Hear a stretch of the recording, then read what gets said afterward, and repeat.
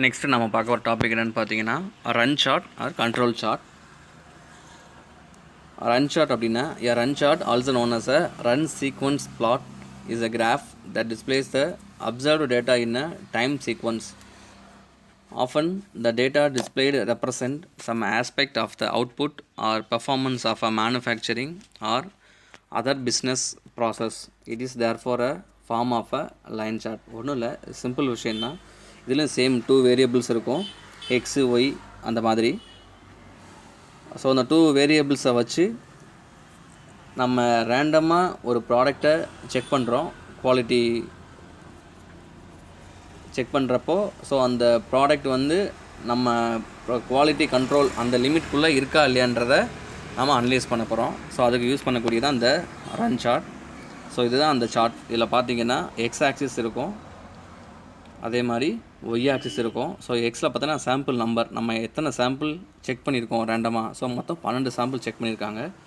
இதில் பார்த்தீங்கன்னா number of occurrences, அதாவது அதில் நம்ம ஃபைண்ட் அவுட் பண்ண டிஃபெக்ட்ஸ் என்னென்னன்றது அந்த நம்பர் ஆஃப் அக்கரன்சஸ்.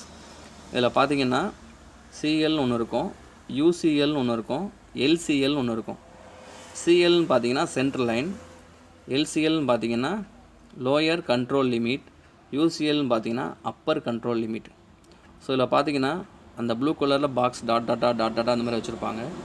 ஸோ இது என்னென்னு பார்த்தீங்க அப்படின்னா, நாம் ஒரு ரேண்டமாக எடுக்கக்கூடிய ஒரு சாம்பிளில் ஏதாவது டிஃபெக்ட் அக்கரன்ஸ் ஆச்சு அப்படின்னா என்ன டிஃபெக்ட் அப்படிங்கிறத இங்கே நோட் பண்ணியிருப்பாங்க. 20, 23, அகைன் 20, 23, பிலோ 20 இப்படி வரும்.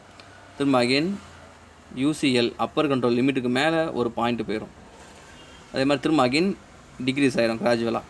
இப்போ இதில் என்ன சொல்ல வராங்கன்னா, நமக்கு மொத்தம் 3 லிமிட் இருக்கும். Central line, lower control limit, Appar control limit. நம்ம கேள்விப்பட்டிருப்போம் டாலரன்ஸ் அப்படின்னு சொல்லி ஒரு வேலை கேள்விப்பட்டிருப்போம். +or-2, +or-3, அதாவது அப்படின்னா அப்ராப்ரியேட்டாக ஒரு வேல்யூ இருக்கும். ஸோ அதிலிருந்து +or-2 அப்படின்னா +2 இன்க்ரீஸ் ஆகலாம், -2 டிக்ரீஸ் ஆகலாம். ஸோ அப்படி இருந்தாலுமே அது அக்செப்டபிள் தான். ஸோ அதுதான் இந்த சார்ட். இதில் பார்த்தீங்கன்னா நம்ம சாம்பிள் செக் பண்ணியிருக்கோம். ஒரே ஒரு சாம்பிள் 11வது சாம்பிள் பாருங்களேன், அது மட்டும் எப்படி இருக்குன்னா பியாண்ட் த லிமிட், அதாவது அப்பர் கண்ட்ரோல் லிமிட்டை விட மேலே தாண்டி போயிடுச்சு. ஸோ அப்போ அதை என்ன பண்ணிடுவாங்கன்னா ஆட்டோமேட்டிக்காக ரிஜெக்ட் பண்ணிடுவாங்க. சிஎல்லில் இருக்கக்கூடிய அந்த சாம்பிள் எல்லாமே நம்ம கொடுக்கக்கூடிய அந்த டிசைனுக்கும் நம்ம கலெக்ட் பண்ண அந்த டேட்டாக்கும் அப்ராப்ரியேட்டாக கரெக்டாக பெர்ஃபெக்டாக அந்த ப்ராடக்ட் வந்திருக்குன்னு அர்த்தம். ஸோ சப்போஸ் எல்சிஎல் லோயர் கண்ட்ரோல் லிமிட்டுக்கு வந்துருச்சுன்னா டாலரன்ஸ் கொஞ்சம் கம்மியாக இருக்குது, ஐ மீன் டிக்ரீஸ் ஆகிருக்குன்னு அர்த்தம். சிஎலுக்கு மேலே அப்பர் கண்ட்ரோல் லிமிட்க்கு உள்ளே இருந்துச்சு அப்படின்னா ஸோ டாலரன்ஸ் கொஞ்சம் இன்க்ரீஸ் ஆகிருக்குன்னு அர்த்தம். ஸோ நம்ம upper control limit, lower control limit, இந்த கண்ட்ரோல் லிமிட்டுக்குள்ளே நம்ம சாம்பிளோட அந்த டிஃபெக்ட் இருந்துச்சு அப்படின்னா இது வந்து அக்செப்டபிள் தான். பை சான்ஸ் அப்பர் கண்ட்ரோல் லிமிட்டுக்கு மேலேயோ இல்லை இந்த லோயர் கண்ட்ரோல் லிமிட்டுக்கு கீழேயோ வந்துருச்சு அப்படின்னா ஸோ அந்த சாம்பிளை என்ன பண்ணிடுவாங்கன்னா ஆட்டோமேட்டிக்காக ரிஜெக்ட் பண்ணிடுவாங்க. Control charts. The control chart is a graph that displays data taken over time and the variations of this data.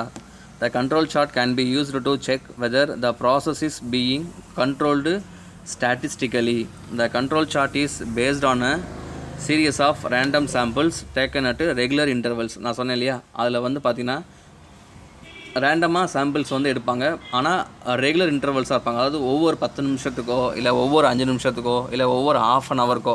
So இதுதான் பார்த்திங்கன்னா ரெகுலர் இன்டர்வல். ஆனால் எடுக்கக்கூடிய சாம்பிள் பார்த்திங்கன்னா ஒரு ½ அன் ஹவருக்கு ஒரு 100 ப்ராடக்ட் நமக்கு மேனுஃபேக்சர் பண்ணுறாங்கன்னா அந்த 100லேருந்து ஒரே ஒரு சாம்பிள் தான் எடுப்பாங்க. ஸோ எல்லா சாம்பிள் எடுத்து நம்ம செக் பண்ணுற முடியாது. ஸோ அதனால் ஒவ்வொரு ½ அன் ஹவரோ இல்லை ஒவ்வொரு 10 மினிட்ஸ் அந்த ரேண்டம் சாம்பிள் வந்து ரெகுலர் இன்டர்வல்ஸ் வந்து நம்ம ஃபிக்ஸ் பண்ணிக்கிறது தான். ஸோ ரெகுலர் இன்டர்வலுக்கு ஏற்ற மாதிரி நம்ம ரேண்டமாக ஒரு சாம்பிள் எடுத்து இந்த கண்ட்ரோல் சார்ட்டில் நம்ம என்ன பண்ணிக்கணும், அது கண்ட்ரோல் லிமிட்டில் இருக்கா இல்லை அப்பர் கண்ட்ரோல் லிமிட் கிட்ட இருக்கா லோயர் கண்ட்ரோல் லிமிட்குள்ளே இருக்கான்றதை செக் பண்ணிக்கணும். பை சான்ஸ் வந்து அப்பர் கண்ட்ரோல் லிமிட்டுக்கு பியாண்ட்லேயோ லோயர் கண்ட்ரோல் லிமிட்டுக்கு கீழேயோ போயிடுச்சு அப்படின்னா நம்ம என்ன பண்ணிடணும் அப்படின்னா அந்த ப்ராடக்டை வந்து நம்ம டிஸ்குவாலிஃபை பண்ணிக்கணும், எலிமினேட் பண்ணிடணும். இல்லை அந்த கண்ட்ரோல் சார்ட்ஸ் எப்படி நம்ம கன்ஸ்ட்ரக்ஷன் பண்ணுறாங்கன்றத அந்த 4th லைனில் கொடுத்துருப்பாங்க. The chart consist of 3 horizontal lines that remain constant over time, a center LCL, I mean a lower control limit, and upper control limit UCL.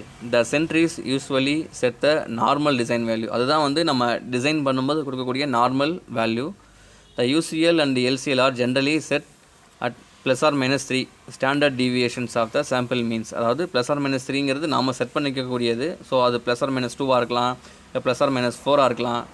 So அது வந்து it's not a fixed one.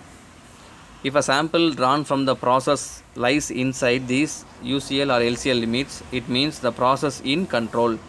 On the other hand, if the sample lies outside these limits na upper control limit ko lower control limit ko outside la போயிடுச்சு அப்படின்னா then the process is said to be out of control. So appropriate corrective action is necessary to eliminate the condition. So அந்த லிமிட்டை cross ஆகி product வெளியில் போகிற பட்சத்தில் so அதை நம்ம கரெக்ட் பண்ணுறதுக்கு என்ன நெசசிட்டியான ஆக்ஷன் வந்து நம்ம இமீடியட்டாக எடுக்கணும். ஸோ இதுதான் பார்த்திங்கன்னா கண்ட்ரோல் சார்ட்ஸ். கண்ட்ரோல் சார்ட்ஸில் மொத்தம் 2 டைப்ஸ் இருக்குது. There are 2 types of control charts. First one is control charts for variable. அதில் என்ன சொல்கிறாங்கன்னா measured information of time, length, heat, weight and pressure. இதெல்லாமே பார்த்திங்கன்னா மெஷர்மெண்ட் வேல்யூ. நம்ம ஈஸியாக என்ன பண்ணிக்கலாம் அப்படின்னா மெஷர் பண்ணிக்கலாம். இல்லை டைமை மெஷர் பண்ணலாம், லென்த்தை மெஷர் பண்ணலாம், ஹீட்டை மெஷர் பண்ணலாம், வெயிட்டு அண்ட் ப்ரெஷர். டைம் பார்த்திங்கன்னா ஹவர்ஸ், செகண்ட்ஸ், மினிட்ஸ்னு சொல்லியிருக்கோம். லென்த் பார்த்திங்கன்னா மீட்டர், சென்டிமீட்டர், மில்லிமீட்டர்னு இருக்கும். ஹீட் பார்த்திங்கன்னா டெம்பரேச்சர் வந்து டிகிரி செல்சியஸ், கெல்வின் அந்த மாதிரி இருக்கும். வெயிட் பார்த்திங்கன்னா கிலோகிராமில் இருக்கும். ப்ரெஷர் பார்த்திங்கன்னா pascal, bar, newton by metre square. So இந்த மாதிரி எல்லாமே வேரியபிள்ஸ் தான். ஸோ எல்லாமே வந்து மெஷர்டு இன்ஃபர்மேஷன். ஸோ அது பார்த்திங்கன்னா control charts for variable. Second one பார்த்திங்கன்னா கண்ட்ரோல் சார்ட்ஸ் ஃபார் கேரக்டரிஸ்டிக்ஸ். அதாவது information defects are counter in error of the one report. அதாவது ஒரு ரிப்போர்ட்லேருந்து நமக்கு எரர் அப்படின்னு சொல்லி ஒரு இன்ஃபர்மேஷன் கிடைக்குது அப்படின்னா ஸோ அந்த எரர் என்ன அப்படிங்கிறத நம்ம அனலைஸ் பண்ணுறோம். ஸோ அதை பேஸ் பண்ணி ஒரு கண்ட்ரோல் சார்ட்ஸ் நம்ம பிளாட் பண்ணுறோம். ஸோ அதுதான் வந்து பார்த்திங்கன்னா கண்ட்ரோல் சார்ட்ஸ் ஃபார் கேரக்டரிஸ்டிக்ஸ். இதில் பாருங்களேன், இதான் வந்து ஒரு கண்ட்ரோல் சார்ட். இந்த மாதிரி நமக்கு டயக்ராம் கொடுக்குறாங்க. இதை நான் ஏன் இவ்வளோ இம்பார்ட்டன்ஸ் கொடுக்குறேன் அப்படின்னா உங்களுக்கு இதை பேஸ் பண்ணி நெக்ஸ்ட்டு யூனிட்ஸில் ப்ராப்ளம் வரும். அந்த ப்ராப்ளம் நம்ம சால்வ் பண்ணுற மாதிரி இருக்கும். இதில் பார்த்திங்கன்னா மொத்தம் ஒரு ஹரிசாண்டல் லைன், ஒரு வெர்டிக்கல் லைன். ஹரிசாண்டல் லைன் பார்த்திங்கன்னா சப் குரூப் நம்பர்னு இருக்கும். வெர்டிக்கல் லைன் பார்த்திங்கன்னா சப் குரூப் ஆவரேஜ்னு இருக்குது. இதில் பார்த்திங்கன்னா ஒரு லோயர் கண்ட்ரோல் லிமிட், அப்போ அதே மாதிரி அப்பர் கண்ட்ரோல் லிமிட். சென்டரில் பார்த்திங்கன்னா சென்ட்ரல் லைன். சரிங்களா? இதில் பார்த்திங்கன்னா நான் இதில் அந்த பாக்ஸாக இருக்கிறது எல்லாமே சாம்பிள்ஸில் நம்ம செக் பண்ணியிருக்கிறது.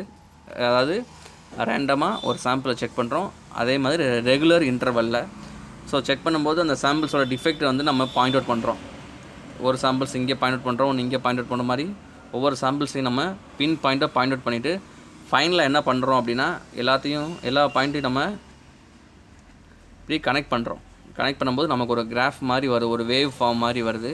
ஸோ ஃபைனலாக அந்த வேவ் ஃபார்ம் எப்படி இருக்குதுன்னு நம்ம செக் பண்ணணும் அப்படின்னா யூசிஎல்லுக்கோ எல்சிஎல்லுக்கோ தாண்டி வெளியில் போயிருக்கான்னு பார்க்கணும். இப்போ இதில் பார்த்திங்கன்னா இந்த 3 பாயிண்ட்டும் கண்ட்ரோல் லிமிட்டுக்குள்ளே இருக்குது, இதுவும் கண்ட்ரோல் லிமிட்டுக்குள்ளே இருக்குது, இது கண்ட்ரோல் லிமிட் உள்ளே தான் இருக்குது. ஸோ இதுக்கப்புறம் இங்கே பார்த்திங்கன்னா அப்பர் கண்ட்ரோல் லிமிட்டுக்கு வெளியில் போயிடுச்சு. அதாவது அவுட் ஆஃப் கண்ட்ரோல், அந்த ப்ராசஸ் வந்து அவுட் ஆஃப் கண்ட்ரோலில் இருக்குது. ஸோ அப்போ என்ன பண்ணிடுவாங்க, ஆட்டோமேட்டிக்காக அந்த சாம்பிளை வந்து என்ன பண்ணிடுவாங்கன்னா ரிஜெக்ட் பண்ணிடுவாங்க. ஸோ திரும்ப பார்த்திங்கன்னா கீழே இறங்கிடுச்சு. ஸோ பார்த்தா கண்ட்ரோலுக்குள்ளே வந்துடும். இந்த எல்லா சாம்பிள்ஸுமே பார்த்திங்கன்னா அப்பர், லோயர், சென்ட்ரல் லைன் எல்லாத்துக்கும் வித்தின் த லிமிட்டுக்குள்ளே இருக்கனால எல்லாமே கண்ட்ரோல் த ப்ராசஸ். இந்த ஒரு சாம்பிள் மட்டும்தான் வந்து அவுட் ஆஃப் கண்ட்ரோல். ஸோ அந்த சாம்பிளை எடுத்து அதை என்ன பண்ணுவாங்கன்னா அதை கரெக்ட் பண்ணுறதுக்கு என்ன ஆக்ஷன் அப்படிங்கிற விஷயத்தை வந்து அவங்க பாயிண்ட் அவுட் பண்ணி அதை செக் பண்ணிக்குவாங்க. ஸோ இதுதான் வந்து கண்ட்ரோல் சார்ட். இது ஒரு ப்ராசஸ். ஸோ இதுவும் சேம் அதே தான். இதில் பார்த்திங்கன்னா எக்ஸ் பார் இஸ் 74.2. இதுதான் வந்து பார்த்திங்கன்னா சென்ட்ரல் லைன், அதாவது நம்ம கொடுத்துக்கூடிய design value. But upper control limit எங்கே செட் பண்ணியிருக்காங்கன்னா 80.23. பார்த்திங்கன்னா +6 கிட்டே இருக்கும் அந்த வேல்யூ. இதில் பார்த்திங்கன்னா 68, 74 கிட்ட -6 கிட்டே இருக்கும். அப்போ +6 -6 அப்பர் கண்ட்ரோல் லிமிட் பார்த்திங்கன்னா டிசைன் வேல்யூலேருந்து +6ல் இருக்குது. அதே மாதிரி லோயர் கண்ட்ரோல் லிமிட் பார்த்திங்கன்னா டிசைன் வேல்யூலேருந்து -6ல் இருக்குது. ஸோ இப்போ நம்ம வந்து என்ன பண்ணுறோன்னா அந்த சாம்பிள்ஸ் எடுத்து நம்ம செக் பண்ணும்போது ஒவ்வொரு சாம்பிள்ஸோட டிஃபெக்ட் என்னங்கிறத நம்ம பாயிண்ட் அவுட் பண்ணிவிட்டு அந்த ஒவ்வொரு பாயிண்ட்டையும் நம்ம கனெக்ட் பண்ணும்போது இந்த மாதிரி ஒரு கர்வ் நமக்கு கிடைக்கிது. ஸோ இந்த கர்வை நம்ம செக் பண்ணி பார்த்தோம் அப்படின்னா எல்லா கர்வுமே எப்படி தான் இருக்குன்னா இந்த அப்பர் கண்ட்ரோல் லிமிட்டுக்கு உள்ளே தான் இருக்குது. அதே மாதிரி இங்கே பார்த்திங்கன்னா லோயர் கண்ட்ரோல் லிமிட்டுக்கு உள்ளே தான் இருக்குது. ஸோ அப்போ இந்த நம்ம எடுத்த சாம்பிள் எல்லாமே எப்படி தான் இருக்குன்னா within the control limit. So அப்படி இருக்கும்போது இதில் நம்ம என்ன பண்ண வேண்டியதில்லை அப்படின்னா எந்த ஒரு ப்ராடக்ட்டையும் நம்ம ரிஜெக்ட் பண்ண வேண்டியதில் எல்லாமே வந்து அண்டர் த லிமிட். ஸோ நம்ம எதையும் ரிஜெக்ட் பண்ண அவசியம் இல்லை. தேங்க்யூ.